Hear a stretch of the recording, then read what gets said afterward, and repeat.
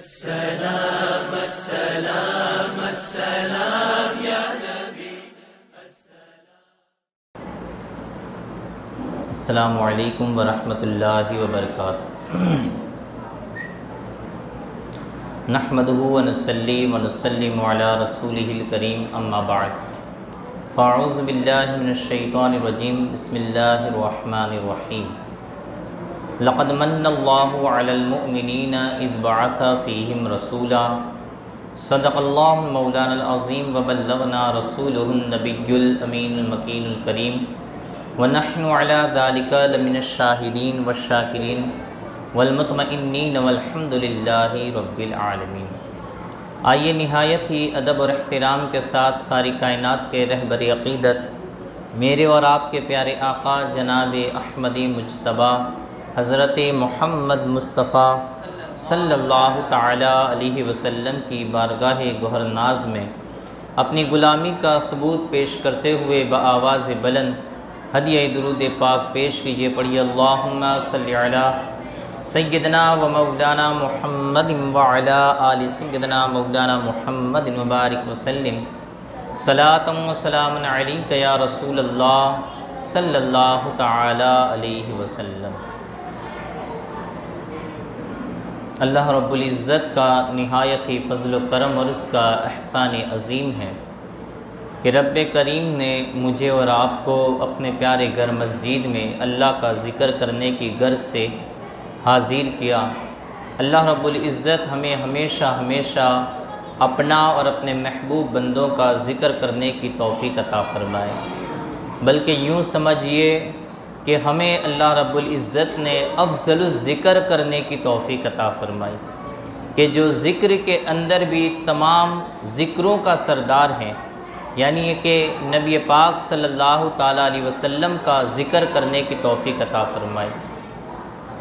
جو بچے ہیں وہ خاموشی کے ساتھ سنیں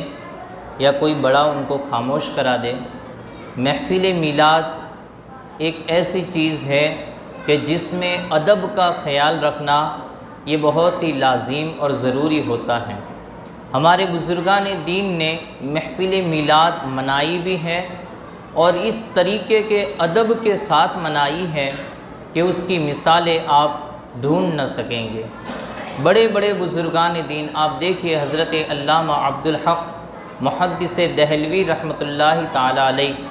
جو اپنے وقت کے مجدد ہیں اور حضرت مجدد الف ثانی رضی اللہ تعالیٰ عنہ کے دور کے مجدد ہیں یہ. اور اس وقت جب وہ مکۃ المکرمہ جایا کرتے تو مکۃ المکرمہ میں نبی پاک صلی اللہ تعالیٰ علیہ وسلم کی ولادت جس گھر میں ہوئی تھی اس گھر کے اندر وہاں کے اس وقت کے علماء کرام یہ محفل میلاد منعقد کرتے اور تمام علماء کرام 12 ربیع الاول شریف کے دن یہ وہاں پر محفل میلاد یہ میلاد شریف پڑھا کرتے تھے اور بڑے ادب و احترام کے ساتھ. حضرت علامہ عبدالحق محدث دہلوی رحمۃ اللہ تعالی علیہ وہ فرماتے ہیں کہ ایک دن میں اس محفل میلاد کے اندر جانے میں کچھ لیٹ ہو گیا تو پیچھے کی جانب سے جب آخر کے اندر داخل ہوا تو کہتے ہیں میں کیا دیکھتا ہوں کہ محفل میلاد منعقد ہیں، نعتیں پڑھنے والے نعت پڑھ رہے ہیں، قصیدے پڑھنے والے قصیدے پڑھ رہے ہیں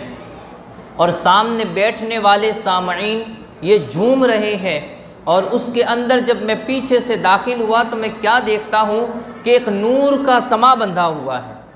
نور کا ایک سما بندھا ہوا ہے جس نے اس پوری مجلس کو اس نور کے اندر گھیر لیا ہوا ہے اور وہ نور اس مجلس سے لے کر آسمان تک ایسے ہی منور تھا.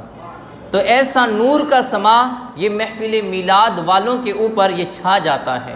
اس وجہ سے جب ہم محفل میلاد کر رہے ہو، کیونکہ یہ محفل عام محفلوں سے الگ ہیں اور یہ رسول پاک صلی اللہ تعالیٰ علیہ وسلم کی محفل ہے، تو یہاں پر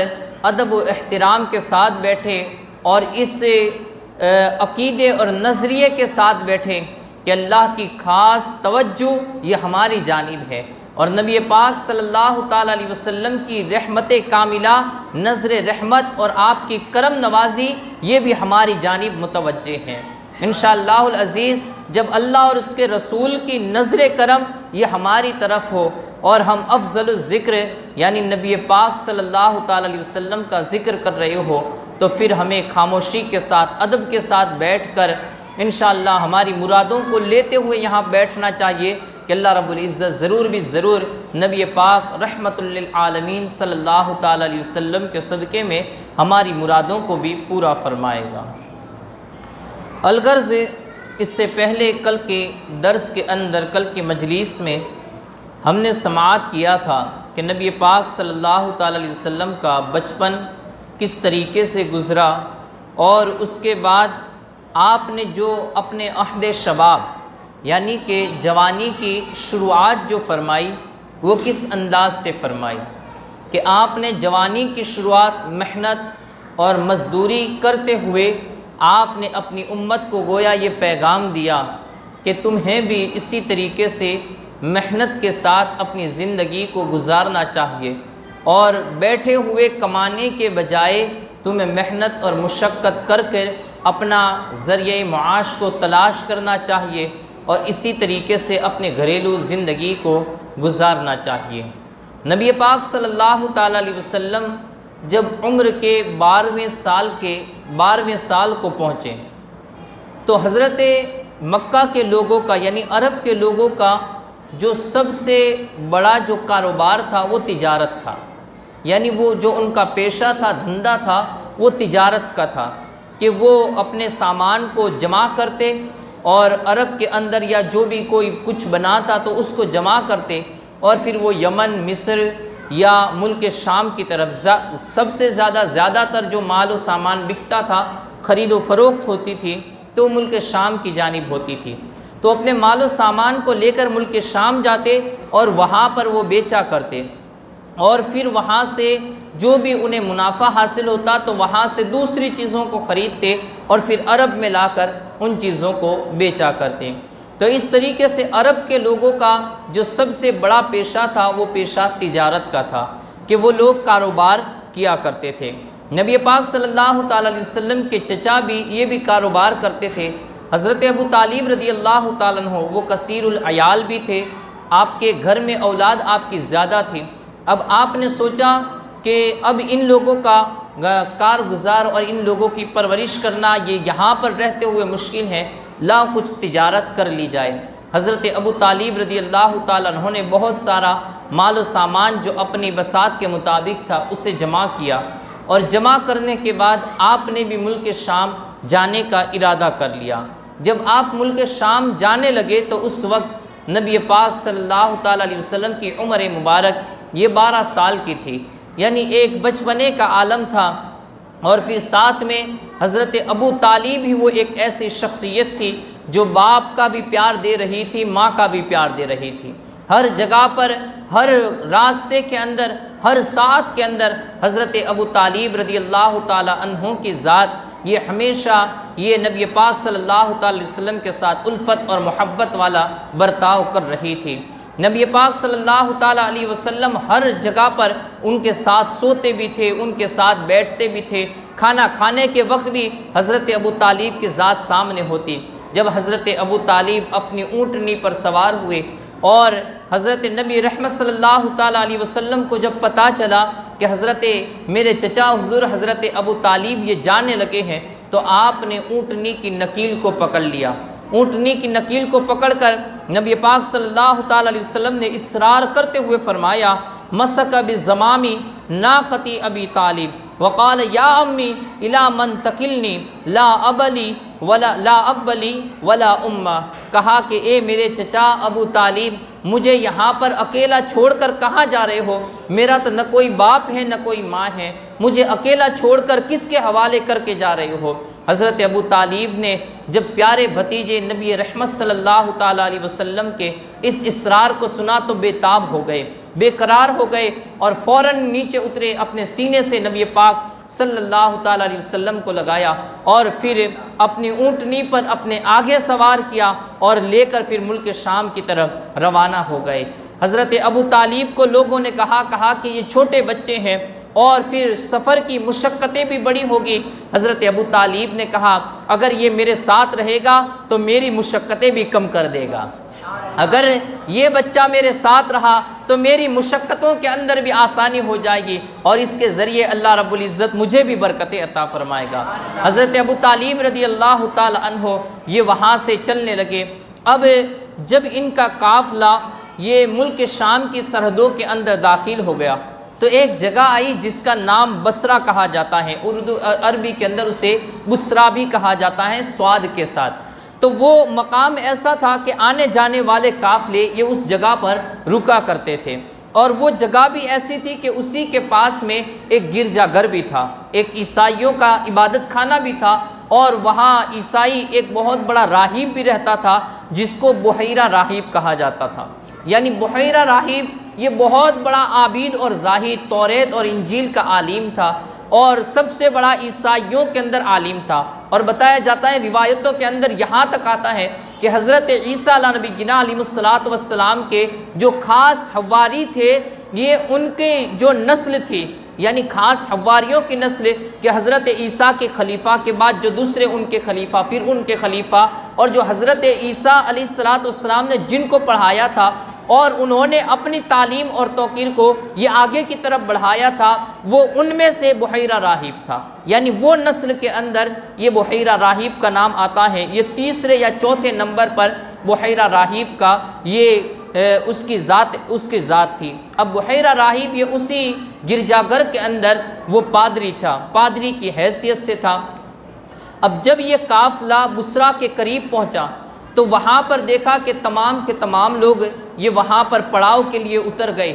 اور اس وقت تمام قافلے والوں نے اپنا سامان ایک درخت کے نیچے کی طرف رکھ دیا، اور درخت کے نیچے رکھ کر پھر وہاں پر وہ تمام کے تمام آرام کرنے لگے۔ نبی پاک صلی اللہ تعالیٰ علیہ وسلم اور حضرت ابو طالب یہ پیچھے کی جانب سے پہنچے، کچھ لیٹ پہنچے۔ وہاں پر تمام لوگوں نے اس درخت کے سائے کے اندر ایک جانب، یعنی دوپہر کے وقت میں پہنچے تو دوپہر کے وقت ایک جانب سایہ تھا، تو اس کے اندر تمام لوگوں نے اپنے اپنے سامان کو رکھ کر وہیں پر آرام کرنے لگے۔ نبی پاک صلی اللہ تعالی علیہ وسلم کے چچا بھی کہیں سائے میں اور جگہ مل گئی تو حضرت ابو طالب بھی وہاں پر آرام کرنے لگے۔ اس طرف نبی پاک صلی اللہ تعالی علیہ وسلم یہ پیچھے سے آئے اور درخت کی دوسری جانب، کیونکہ سائے کے اندر تو ہر ایک نے سائے کو گھیر لیا تھا، اور اس وقت نبی پاک صلی اللہ تعالی علیہ وسلم درخت کی دوسری جانب پر بیٹھ گئے، اور وہیں پر درخت کو ٹیک لگا کر اکیلے بیٹھے تھے کہ کیا دیکھتے ہیں کہ وہ درخت کا سایہ جو دوسرے لوگوں پر پرچھایا دے رہا تھا، دوسرے لوگوں کو سایہ کر رہا تھا، وہی درخت کی شاخیں یہ مڑ گئی اور پھر اس کا سایہ نبی پاک صلی اللہ تعالی علیہ وسلم پر پڑنے لگا۔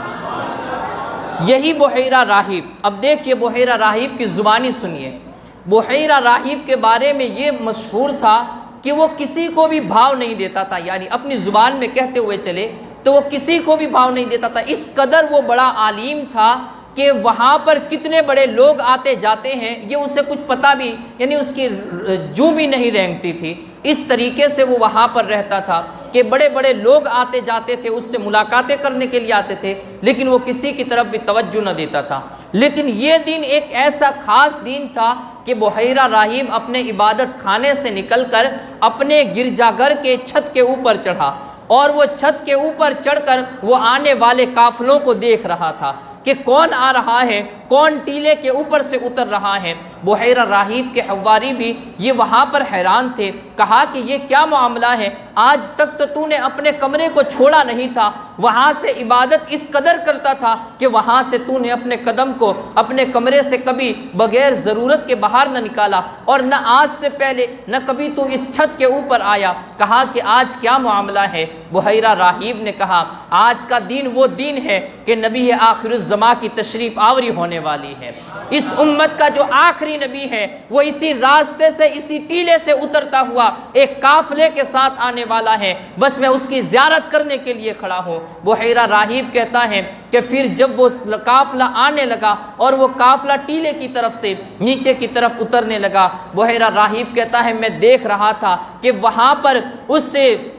آخری نبی رحمت صلی اللہ تعالیٰ علیہ وسلم کے سر کے اوپر 2 فرشتے ایک بادل کو لے کر سایہ کرتے ہوئے آ رہے تھے۔ میں نے اپنی آنکھوں سے دیکھا، اور یہ دیکھنے کے لیے بھی یہ اللہ والوں والی آنکھیں ہونی چاہیے، اس لیے کہ عیسائیت کے مذہب پر بحیرہ راہب تھا، اور وہ حقیقتاً حضرت عیسیٰ علیہ نبی جنا علیہ السلام کے دین پر تھا۔ یعنی یوں سمجھ لیجئے کہ یہ حضرت عیسیٰ علیہ السلام کی امت کا ایک ولی تھا، اور اللہ نے اسے وہ بصارت عطا فرمائی تھی کہ جو نبی آخر الزمان صلی اللہ تعالی علیہ وسلم پر فرشتے سایہ کر رہے تھے، اللہ رب العزت نے اس کی آنکھوں سے وہ پردے اٹھا لیے اور وہ فرشتوں کے سایہ کرنے کو دیکھ رہا تھا۔ اب وہ اس نے تمام صفتیں بیان کی کہ یہ نبی آخر الزمان آج تشریف لانے والے ہیں۔ لوگوں نے حیرت سے پوچھا، کہا کہ یہ بھلا کس طریقے سے تجھے پتا چل گیا؟ تجھے ایسے کون سے کشف حاصل ہو گئے کہ تو نے اس انداز سے اور اس پکے یقین کے ساتھ تو نے اس باتوں کو بتایا، اور واقعی میں وہ تشریف آوری بھی ہوئی۔ ہم نے بھی اپنی آنکھوں سے دیکھا کہ درخت واقعی میں اس بچے کے اوپر سایہ فگن ہو گیا، اور درخت کی شاخیں مڑ گئی، اور وہاں پر درخت کا سایہ یہ اس بچے کی جانب مڑ گیا، پھر گیا۔ کہا کہ اتنے یقین کے ساتھ تو نے کس طریقے سے کہا؟ تجھے وہ کون سی الہام ہو گئے اور کون سا القاء تیری دل کے اوپر کر دیا گیا؟ کہا کہ نہیں، مجھے کوئی الہام نہیں ہوا، مجھے کوئی القاء نہیں کیا گیا، مجھے کوئی کشف کے ذریعے یہ بات پتہ نہیں چلی ہے، بلکہ میں نے توریت کے اندر یہ صفتوں کو پڑھا ہے۔ اللہ رب العزت نے حضرت موسیٰ علیہ نبی جنا علیہ السلام پر نازل کرنے والی کتاب توریت کے اندر یہ تمام باتیں بیان کی ہیں کہ جب وہ نبی عمر کے 12ویں سال پر پہنچے گا تو اس راستے کے ذریعے آئے گا جہاں پر تمام لوگ ایک طرف بیٹھے ہوں گے، وہ نبی دوسری جانب بیٹھا ہوا ہوگا۔ ذرا غور کیجئے، قربان جائے ہمارے ماں باپ نبی رحمت صلی اللہ تعالی علیہ وسلم کی ذات پر۔ بزرگان دین فرماتے ہیں کہ یہ روایت مجھے صحیح طریقے سے یاد تو نہیں، لیکن اتنی حقیقت ہے کہ 7 تختیاں اللہ رب العزت نے توریت کی اتاری تھی۔ حضرت موسیٰ علیہ نبی جنا علیہ السلام پر 7 تختیاں اتاری تھی، یا جتنی بھی تھی ان میں سے ایک تختی وہ تھی کہ جس کے اندر حضرت موسیٰ علیہ نبی جنا علیہ السلام کی امت کے احکامات تھے، یعنی کس طریقے سے انہیں زندگی گزارنی ہے، جیسے کہ حلال و حرام کے جو حکم ہوتے ہیں وہ تمام حلال و حرام کے حکم یہ ایک کتاب کے اندر موجود تھے۔ اور روایتوں کے اندر آتا ہے باقی کی جتنی کتابیں تھیں، یعنی جتنی بھی تختیاں تھیں، جتنی کتابیں تھیں، وہ 6 تھی یا جتنی بھی تھی، اس کے اندر اللہ رب العزت نے اپنے حبیب کی صفتوں کو بیان فرمایا تھا، ان کی زندگی اور ان کے تمام عملیات کو بیان کیا تھا کہ میرا حبیب پیدا ہوگا تو اس وقت اس کا عالم کیا ہوگا، وہ کہاں کہاں تشریف لے جائے گا، کس کس راستے سے وہ گزرے گا، کس درخت کے نیچے بیٹھے گا۔ اللہ نے توریت کے اندر وہ تمام باتیں بتائی تھی۔ انجیل کے اندر یہ تمام صفتیں نبی پاک صلی اللہ تعالی علیہ وسلم کی بیان کی گئی تھی۔ تو بحیرہ راہب نے کہا مجھے کشف کے ذریعے یہ باتیں نہیں پتہ چلی ہے، بلکہ یہ توریت اور انجیل کے اندر اللہ رب العزت نے ان کی عادتوں کو بیان فرمایا ہے، ان کی سیرت کو بیان کیا ہے۔ تو اللہ کے رسول صلی اللہ تعالی علیہ وسلم کی سیرت طیبہ ایک ایسی انمول سیرت ہے کہ نبی پاک صلی اللہ تعالی علیہ وسلم پیدا بعد میں ہوئے ہیں، لیکن اللہ نے ان کی سیرت کو پہلے بیان فرمایا ہے، ان کی صورت کو بھی پہلے بیان کیا گیا ہے، ان کی سیرت کو بھی پہلے بیان کیا گیا۔ تو یہ نبی پاک صلی اللہ تعالی علیہ وسلم کی خصوصیت ہے۔ الغرض بحیرہ راہب نے اب کہا کہ ایسا کیا جائے کہ وہ جو بچہ تم نے، اس نے اپنے حواریوں سے پوچھا، کہا واقعی میں تم نے دیکھا کہ سایہ یہ اس کے اوپر سایہ فگن ہو گیا، درخت کی شاخیں اس کے اوپر سایہ کرنے لگی؟ کہا ہاں، یہ نظارہ تو ہم نے اپنی آنکھوں سے دیکھا۔ کہا کہ پھر اس بچے کو نزدیک لایا جائے اور اس کی نزدیک سے زیارت کرنی چاہیے، اور اس پر ایمان لانے کا آج ہی سے عہد کر لینا چاہیے کہ اللہ رب العزت ہماری زندگی میں اسے نبوت عطا فرمائے تو ہم آج ہی اس کی نبوت کا اعلان کر لیں، اسی وقت اس کی نبوت کا اعلان کر لیں۔ بحیرہ راہب نے کہا کہ اگر ظاہری طور پر یہ باتیں بیان کی گئی تو ہو سکتا ہے لوگوں کو پتہ چل جائے۔ کہا کہ کوئی ایسا انتظام کیا جائے، ان تمام پورے قافلے والوں کی دعوت کی جائے۔ اب اس نے پورے نبی پاک صلی اللہ تعالی علیہ وسلم کو دیکھنے کے لیے، ذرا دیکھیے اسے محبت کہا جاتا ہے کہ کروں تیرے نام پہ جاں فدا، نہ بس ایک جاں دو جہاں فدا، دو جہاں سے بھی نہیں جی بھرا، کروں کیا کروڑوں جہاں نہیں ہے۔ یہ اعلیٰ حضرت نے ہمیں عقیدہ دیا ہے کہ نبی پاک صلی اللہ تعالیٰ علیہ وسلم سے محبت اس طریقے سے کرنی چاہیے۔ بسا اوقات بہت سے لوگ ہوتے ہیں جو محبت میں بھی حساب لگاتے پھرتے ہیں۔ اب حساب لگانے والوں سے یہ محبت کبھی نہیں ہوتی ہے۔ نبی پاک صلی اللہ تعالیٰ علیہ وسلم کو دیکھنا مقصد تھا، لیکن بحیرہ نے پورے قافلے والوں کی دعوت کی، کیونکہ ان کے نام پر اپنی جان بلکہ مال و جان ہر چیز کو قربان کرنا ہے۔ اگر محبت سچی ہے تو پھر ہر چیز کو نبی پاک صلی اللہ تعالی وسلم پر وار دینا ہے۔ یہ بحیرہ راہیب نے ہمیں یہ درس دیا۔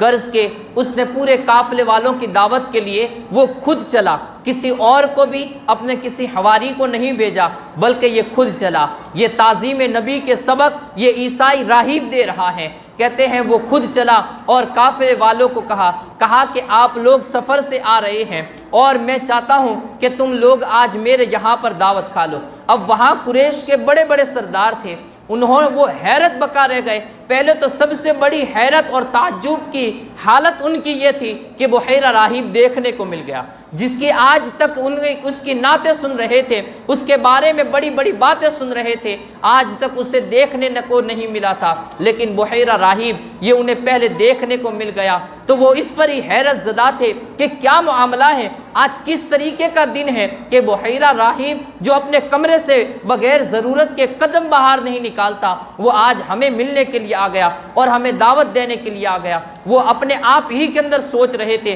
اس نے کہا میں تمہاری دعوت کرنا چاہتا ہوں اس لیے کہ تم سفر سے آئے ہوئے ہو، تھک گئے ہوں گے۔ قریش کے کچھ لوگوں نے کہا کہ حضور ہم تو سفر سے بارہا آتے رہے ہیں اور کئی مرتبہ اس راستے سے گزرے ہیں، کئی مرتبہ آپ کے اس کلیسا کے سامنے ہم نے کئی مرتبہ پڑاؤ کیے ہیں، لیکن آج تک تو ہماری طرف تم نے نظر بھی نہیں کی ہے، ہماری خیریت تک نہیں پوچھی ہے، اور آج آپ ہماری دعوت کرنے کے لیے آ گئے ہو اور دعوت دینے کے لیے آ گئے ہو۔ کہا کہ بس میرا من چاہا، بحیرہ راہب نے بات کو ختم کرتے ہوئے کہا میرا من چاہا، میں تمہاری دعوت کرنا چاہتا ہوں۔ الغرض بحیرہ راہب نے دعوت کی۔ تمام لوگ وقت مقررہ پر یہ کلیسا کے اندر پہنچ گئے اور تمام لوگوں نے نبی پاک صلی اللہ تعالی علیہ وسلم کی امانت داری کو دیکھیے کہ 12 سال کی عمر ہے۔ پورے قافلے والوں نے اپنے تمام ساز و سامان پر نبی پاک صلی اللہ تعالی وسلم کو نگہبان مقرر کیا۔ کہا یہ بچہ ہے جو ہمارے سامان کی حفاظت کرے گا، ہم وہاں تک کھانا کھا کر چلے آئیں گے۔ پورے قافلے والے تمام کے تمام یہ کلیسا کے اندر پہنچ گئے۔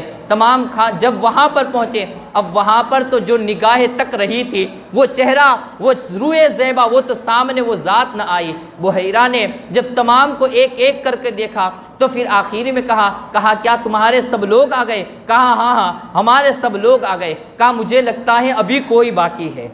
مجھے لگ رہا ہے ابھی کوئی باقی ہے، ابھی تمہارے اندر سے سبھی لوگوں کی آمد نہیں ہوئی ہے۔ کسی نے کہا ہاں ہم ہمارے ساز و سامان پر ایک شخص کو مقرر کر کے آئے ہیں، ایک بچے کو مقرر کر کے آئے ہیں، وہ ہمارے ساز و سامان کی حفاظت کر رہا ہے۔ اس نے کہا کہ اسی کو بھی بلا لو، میں یہاں پر کسی بچے کو بھی محروم نہیں رکھنا چاہتا، اس بچے کو بھی بلاؤ اور وہ بھی میری دعوت کے اندر شریک ہو جائے، جس کے لیے میں تمہیں کھانا کھلا رہا ہوں اسے پیچھے چھوڑ کر آئے ہو۔ الغرض کوئی شخص گیا، حضرت ابو طالب رضی اللہ تعالیٰ عنہ نے اپنے کسی بھائی کو بھیجا اور وہ جا کر نبی پاک صلی اللہ تعالیٰ علیہ وسلم کو لے کر یہ وہاں پر آ گئے۔ اب تمام لوگ کھانا کھا رہے ہیں، نبی پاک صلی اللہ تعالیٰ علیہ وسلم بھی اپنے چچا کے ساتھ بیٹھے اور وہ بھی کھانا کھا رہے تھے۔ وہاں پر اب بحیرہ راہب تھا، اس نے اپنے تمام حواریوں کو حکم دیا، کہا تمام کی خدمت کی جائے، تمام کو اچھے انداز میں کھانا کھلایا جائے۔ اور بحیرہ راہب یہ نبی پاک صلی اللہ تعالی علیہ وسلم کے دسترخوان کے قریب کبھی حضور کی خدمت میں یہ عرض کر رہا ہے کہ حضور یہ چیز دوں، کبھی حضور کسی اور چیز کو مانگتے وہ اسے پیش کر رہا ہے۔ الغرض بحیرہ راہب یہ ٹک ٹکی نگاہوں کے ساتھ نبی پاک صلی اللہ تعالی علیہ وسلم کی زیارت بھی کر رہا ہے اور آپ کی خدمت بھی انجام دے رہا ہے، یہاں تک کہ جب تمام لوگ کھانے سے فارغ ہو گئے، اپنے اپنے مقام پر پہنچ گئے، کچھ لوگ کلیسا کے اندر بھی بیٹھے اور وہیں پر اس نے نبی پاک صلی اللہ تعالی علیہ وسلم ایک جانب کیا ان کو اور پھر پوچھنے لگا۔ روایتوں کے اندر آتا ہے، فرماتے ہیں کہ اس نے پہلا سوال کیا کہا اسألک بحق اللات والعزی الا ما اخبرتنی اما اسألک عنہ۔ اب دیکھیے اس کے سوال کرنے کے انداز کو بھی دیکھیے کہ اس نے سوال کرنے پر ہی پہلے بھانپنا چاہا، کہا کہ یہ واقعی میں وہی نبی آخر الزمان ہے جس کی نشانیاں یہ توریت اور انجیل کے اندر بتائی گئی ہے۔ تو اس نے پہلے سوال کیا، کہا میں تمہیں لات و عزیٰ کا واسطہ دے کر یہ پوچھنا جو سوال کرتا ہوں آپ اس کا مجھے ٹھیک ٹھیک اور سچ سچ جواب دے۔ حضرت نبی رحمت صلی اللہ تعالی علیہ وسلم نے جیسے ہی لات و عزیٰ کا نام سنا، نبی پاک صلی اللہ تعالی علیہ وسلم کے چہرے پر سرخیاں دوڑنے لگی۔ آپ نے فوراً جوابی کارروائی کرتے ہوئے ارشاد فرمایا، لا تسألنی باللات والعزیٰ شیئا فواللہ ما ابغض شیئا قط بغضھا۔ کہا کہ خدا کی قسم لات و عزیٰ کے واسطے سے مجھے کوئی سوال مت پوچھو، اس لیے کہ میں ان سے جتنی نفرت کرتا ہوں اللہ کی قسم اللہ کی قسم کھا کر کہتا ہوں میں ان سے زیادہ کسی سے نفرت نہیں کرتا۔ کہا لات و عزیٰ کا واسطہ دے کر کوئی سوال مت کر، اگر تجھے سوال کرنے ہیں تو لات و عزیٰ کے واسطے سے میں تجھے کوئی جواب نہیں دوں گا۔ تو اب اس نے فوراً ہی اپنے جملے کو بدلتے ہوئے کہا فَبِاللَّهِ إِلَّا مَا أَخْبَرْتَنِي أَمَّا أَسْأَلُكَ عَنْهُ۔ کہا کہ پھر میں تمہیں خدا کا واسطہ دے کر سوال کرتا ہوں، میں تمہیں اللہ کا واسطہ دے کر سوال کرتا ہوں، میں جو سوال کروں اس کا مجھے جواب دیجئے۔ نبی پاک صلی اللہ تعالی علیہ وسلم نے مسکراتے ہوئے ارشاد فرمایا فَقَالَ لَهُ سَلِّ مَا بَدَلَكَ، اب تیرا جو بھی جی چاہے وہ مجھ سے پوچھتا جا، اب تیرا جو بھی جی چاہے وہ مجھ سے پوچھتا جا۔ اب اس نے نبی پاک صلی اللہ تعالی علیہ وسلم کو پوچھنا شروع کیا۔ اب دیکھیے کہ لات و عزیٰ یہ مکہ والوں کے بت تھے اور وہ مکہ والے ان کی پوجا کیا کرتے تھے۔ نبی پاک صلی اللہ تعالی علیہ وسلم بچپن ہی سے ان سے نفرت فرماتے تھے۔ یہ تاریخ کی تمام کتابوں کے اندر، سیرت کی تمام کتابوں کے اندر آپ دیکھ لیجئے تو وہاں پر یہ واقعے کے اندر یہ الفاظ موجود ہیں کہ نبی پاک صلی اللہ تعالی علیہ وسلم نے کافروں کے بتوں سے نفرت فرمائی ہے۔ جو لوگ یہ کہتے ہیں کہ نبی پاک صلی اللہ تعالی علیہ وسلم یہ 40 سال کے بعد انہیں وہ نبی مانا جائے اور 40 سال کے بعد انہیں نبوت ملی ہے، وہ ذرا سیرت کی کتابوں کو اٹھا کر ہی دیکھ لے کہ نبی پاک صلی اللہ تعالی علیہ وسلم کو اللہ نے نبوت 40 سال کے بعد کو تو بڑی دور کی بات ہے، بلکہ وہ روایتیں جو ہم نے پچھلے سال سماعت کی تھی ان روایتوں کے اندر ہم نے یہ باتیں سماعت کی تھی کہ نبوت تو اللہ نے اپنے حبیب کو اس وقت عطا فرما دی تھی جس وقت حضرت آدم علیہ نبی جنا علیہ السلام کا جسم اطہر ابھی تیار بھی نہ ہوا تھا۔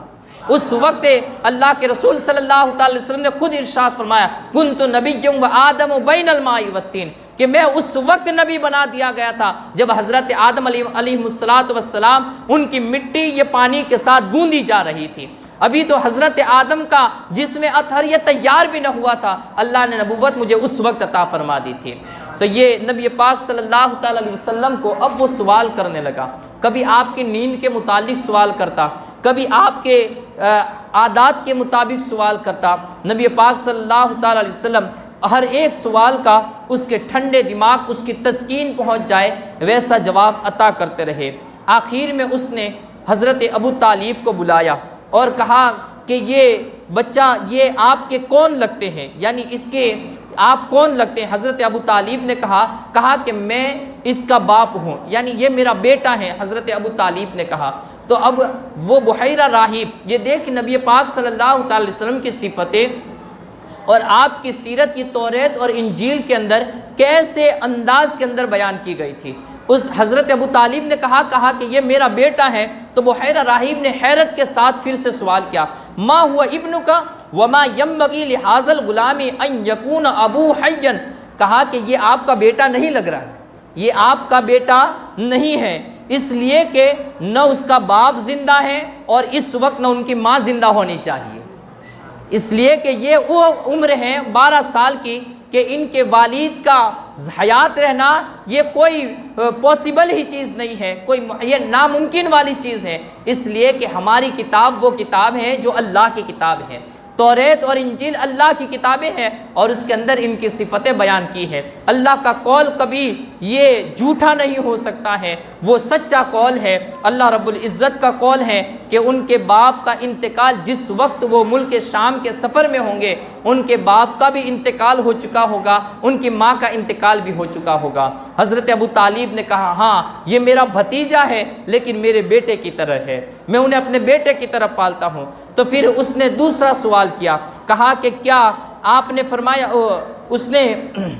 پھر حضرت ابو طالب نے کہا مات و امی حبلہ، کہا کہ ان کے باپ کا تو اس وقت انتقال ہو گیا تھا کہ جب یہ اپنی ماں کے شکم کے اندر موجود تھے، یعنی باپ کا اس وقت انتقال ہو گیا تھا۔ پھر اس نے ماں کے متعلق بھی سوال کیا، حضرت ابو طالب نے کہا کہ اس کی ماں بھی زندہ نہیں، کہا کہ ہو سکتا ہے جب ان کی عمر مبارک 6 سال کے قریب پہنچی ہو تو ان کی ماں کا انتقال ہو چکا ہو۔ نبی پاک صلی اللہ تعالی وسلم کی سیرت یہ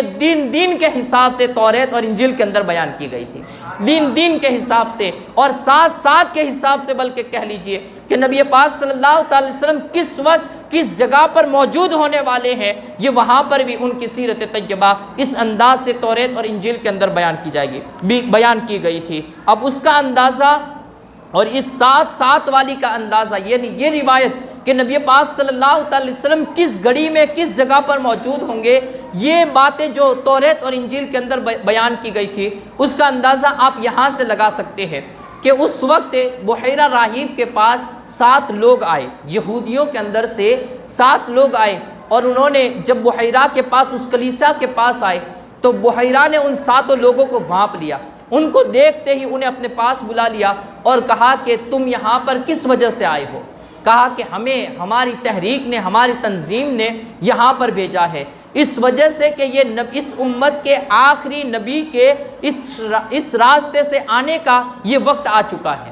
یہ وقت آ چکا ہے، اور ہر راستے کے اوپر پہرے داروں کو بٹھا دیا گیا ہے، ہر راستے کے اوپر یہودی تلواریں لے کر موجود ہیں، اور وہ ہمیں خبر ملی ہے کہ وہ اسی راستے سے آج آئیں گے اور اسی مقام کے اوپر ان کا پڑاؤ ہوگا۔ اس وقت اس نے حضرت ابو طالب کو اور خبردار کر دیا تھا اور انہیں ایک کمرے کے اندر بھیج دیا ہوتا، اور ان 7 لوگوں کے ساتھ گفتگو کر رہا تھا، اور 7 لوگوں کو پھر اس نے اصلاح کرتے ہوئے ایک توبہ کی اس نے راستہ بھی دکھایا، کہا کہ کیا اللہ جس چیز کو چاہے کیا تم اس کو بھی روک لے سکتے ہو؟ ان لوگوں نے کہا نہیں، اللہ جو چیز کو چاہے اسے تو ہم نہیں روک سکتے۔ کہا کہ پھر کس فکر میں ہو اور کس گمراہی کے راستے پر ہو؟ الغرض وہ 7 لوگ جو نبی پاک صلی اللہ تعالی علیہ وسلم کو تکلیف پہنچانے کے لیے وہاں پر آئے تھے، اور ان کی جو زبان تھی کہ ہماری تنظیم نے، ہماری تحریک نے، یعنی یہودیوں کی تحریک نے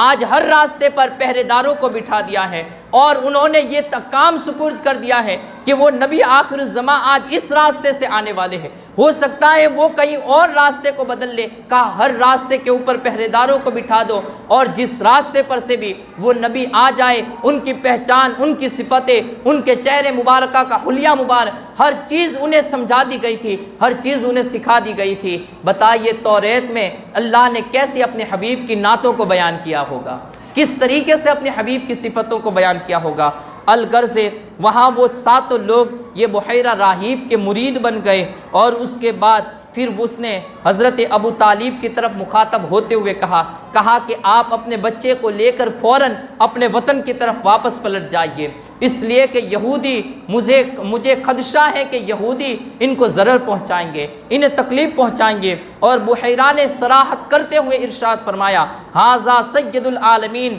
ھذا رسول رب العالمین، ھذا یبعثہ اللہ رحمۃ للعالمین۔ کہا کہ یہ دونوں عالم کے سردار ہوں گے، یہ سارے جہانوں کے سردار ہیں، یہ رب العالمین کے رسول ہیں، انہیں اللہ تعالی رحمت للعالمین بنا کر مبعوث فرمائے گا، انہیں اللہ رب العزت رحمت للعالمین دونوں جہان کے لیے رحمت والا بنا کر مبعوث فرمائے گا۔ کہتے ہیں کہ اس کے بعد 2-3 روایت پائی جاتی ہیں کہ حضرت ابو طالب انہیں فوراً وہیں سے لے کر یہ واپس مکہ المکرمہ چلے آئے، یا پھر آپ نے تیز قدموں کے ساتھ ملک شام کے علاقائی کے اندر، یعنی ملک شام کے بازار سے باہری کچھ علاقوں کے اندر اپنے سامان کو فروخت کیا، اور فروخت کرنے کے بعد وہ فوراً مکہ المکرمہ یہ واپس تشریف لے گئے۔ یہ نبی پاک صلی اللہ تعالی علیہ وسلم کی 12 سال کی عمر کے اندر پہلا ملک شام کا یہ سفر تھا۔ اب اس کے بعد بھی دیکھیے کہ نبی کریم صلی اللہ تعالیٰ علیہ وسلم کی زندگی سے اور آپ کی ذات مقدسہ سے، ابھی آپ کے بچپنے کا عالم ہے، لیکن عرب کے لوگ یہ آپ کی ذات طیبہ سے بہت ہی برکتیں حاصل کر رہے تھے۔ جیسا کہ ابن عساکر نے ایک روایت کو یہاں پر درج کیا ہے کہ جب نبی پاک صلی اللہ تعالی علیہ وسلم کی عمر مبارک، یعنی وہاں سے ملک شام کے سفر سے لوٹنے کے بعد 12-13 سال کی عمر مبارک ہی تھی کہ اس وقت مکۃ المکرمہ کے اندر بہت بڑا قحط پڑ گیا، اور ایسا قحط کہ اس وقت تمام درختوں کے اوپر سے پتے گر گئے اور کوئی جگہ پر پانی بھی باقی نہ رہا تھا، اور اس انداز سے کہ جانور پانی کے نہ ملنے کی وجہ سے وہ ہلاک ہوتے جا رہے تھے اور انسانوں کی زبانیں بھی سوکھی ہوتی جا رہی تھی۔ اب ایسے عالم کے اندر اس وقت مکہ کے لوگ یہ حضرت ابو طالب رضی اللہ تعالی عنہ کے پاس آئے۔ ان لوگوں نے مشورہ کیا کہ کسی بھی طریقے سے اللہ کو راضی کیا جائے اور اللہ کے پاس بارش کو طلب کیا جائے۔ وہ تمام کے تمام آپس میں مشورہ کرنے لگے کہ کس طریقے سے اللہ کو راضی کیا جائے اور بارش کس طریقے سے برسی، بارش کو کس طریقے سے طلب کیا جائے۔ آخر میں لوگوں نے، کچھ لوگ یہ وہاں پر بتوں کے پاس جانے کا مشورہ دے رہے تھے، کچھ لوگ خانہ کعبہ کے اندر طواف کرنے کا اور اسی طریقے سے وہاں پر دعائیں کرنے کا مشورہ دے رہے تھے۔ تو کسی نے پیچھے سے آواز دی، کہا کہ تمہارے پاس ابراہیم کی آل موجود ہے، ابراہیم کی اولاد موجود ہیں، جاؤ ابو طالب کے پاس جاؤ اور ابو طالب کے پاس جا کر انہیں دعا کرنے کے لیے کہو، اگر ان کے ہاتھ اٹھ گئے تو اللہ باران رحمت کا نزول فرمائے گا۔ اب وہاں کے لوگ حضرت ابو طالب رضی اللہ تعالی عنہ کے پاس پہنچے۔ ابو طالب رضی اللہ تعالی عنہ کے پاس جا کر انہوں نے بارش کے لیے دعا کرنے کو کہا۔ حضرت ابو طالب رضی اللہ تعالی عنہ یہ مکۃ المکرمہ یعنی خانہ کعبہ کے صحن میں آئے اور اپنے ساتھ اپنی انگلی پکڑا کر نبی پاک صلی اللہ تعالی علیہ وسلم کو بھی ساتھ میں لے لیا۔ نبی پاک صلی اللہ تعالی علیہ وسلم کو ساتھ میں لے کر جب صحن کعبہ میں پہنچے اور وہاں پر ہر کوئی کعبے کے، مکۃ المکرمہ کے بڑے بڑے سردار وہاں پر موجود تھے، نبی پاک صلی اللہ تعالی علیہ وسلم کو حضرت ابو طالب نے کعبے کی دیوار کے ساتھ پیٹھ لگا کر بٹھا دیا، اور وہاں پر پیٹھ لگا کر بٹھا کر پھر آپ نے اپنے ہاتھوں کو یہ نبی پاک صلی اللہ تعالی علیہ وسلم کے چہرے کے جانب دیکھتے ہوئے اپنے ہاتھوں کو آسمان کی طرف اٹھایا۔ اب یہاں پر میں یہ عاشق رسول المواہب اللدنیہ کے علامہ اسقلانی کے الفاظ کو سناتا ہوا چلو۔ ابن حجر اسقلانی نے اپنے اندر جو روایت کو درج کیا ہے، حضرت ابن حجر اسقلانی آپ نے ایک ایسی کتاب کو درج فرمایا ہے جو مومنوں کے سینوں کے اندر عشق رسول کو پیدا کرتی ہے۔ حضرت ابن حجر اسقلانی کہتے ہیں کہ حضرت ابو طالب دعا کر رہے تھے اور نبی پاک صلی اللہ تعالی علیہ وسلم بیٹھے بیٹھے آسمان کو اشارہ کر رہے تھے۔ آپ فرماتے ہیں کہ اس وقت وہ جو 12 سال کا بچہ جو خانہ کعبہ کو اپنی پیٹھ لگا کر بیٹھا ہوا تھا، وہاں پر ان کی انگلی سے ایک اشارہ ہوا۔ کہتے ہیں خدا کی قسم آسمان پر کوئی بھی بادل موجود نہ تھے، لیکن جیسے ہی نبی پاک صلی اللہ تعالی علیہ وسلم کی انگلی کا اشارہ ہوا تو اس اشارے کے ساتھ آسمان کے اوپر کالی بدلیاں چھا گئی، کالی بدلیاں چھا گئی، اور حضرت ابو طالب کے ہاتھ اپنے منہ پر بھی نہ لگے تھے اور باران رحمت کا نزول ہونے لگا۔ ابن حجر اسقلانی نے اپنی کتاب کے اندر ان الفاظوں کو سجایا ہے، فرماتے ہیں کہ ایک چھوٹا بچہ اپنی انگلی کا اشارہ آسمان کی طرف کر رہا تھا۔ اس کی انگلی کا اشارہ کیا تھا؟ انگلی کا اشارہ ایسا تھا کہ باران رحمت کا نزول ہونے لگا۔ حضرت ابو طالب رضی اللہ تعالیٰ عنہ نے ہاتھ پھیرتے ہوئے ایک قصیدہ آپ نے اس وقت پڑھا تھا جس وقت مکہ کے وہی لوگوں نے جہاں پر جن کے صدقے میں انہیں بارش نصیب ہوئی تھی، جن کے صدقے میں انہیں پانی پینا نصیب ہوا تھا، جن کے صدقے میں ان کے جانور بچ گئے تھے، جب انہی نبی رحمت صلی اللہ تعالی علیہ وسلم کو جب وہاں پر ان لوگوں نے تکلیفیں پہنچائی تو وہ بچپن کی ادا کو یاد کرتے ہوئے، یعنی یہ ادا ایسی تھی جو حضرت ابو طالب کے ان اشعار سے گویا واضح ہو رہی ہے کہ حضرت ابو طالب نے اور حضرت ابو طالب کے ساتھ جتنے بھی لوگ یہ مکہ کے سردار تھے ان تمام نے اس ادا کو دیکھا تھا۔ حضرت ابو طالب فرماتے ہیں وَأَبْيَضُّ يُسْتَسْقَى الْغَمَامُ بِوَجْهِ سِمَالُ الْيَتَامَى عِصْمَةٌ لِلْأَرَامِلِ، کہا ان کی رنگت، ان سفید رنگت والی ذات کہ ان کے رخ انور کا واسطہ دے کر بارش کی بھیک مانگی جاتی ہے۔ حضرت ابو طالب نے یہ شعر اس وقت کہے جب شعب ابی طالب کے اندر نبی پاک صلی اللہ تعالی علیہ وسلم اور مسلمانوں کو قید کر دیا گیا تھا، لیکن یہ بچپن کی ادا کو یاد کرتے ہوئے حضرت ابو طالب مکہ والوں کو وہ احسان یاد دلا رہے تھے،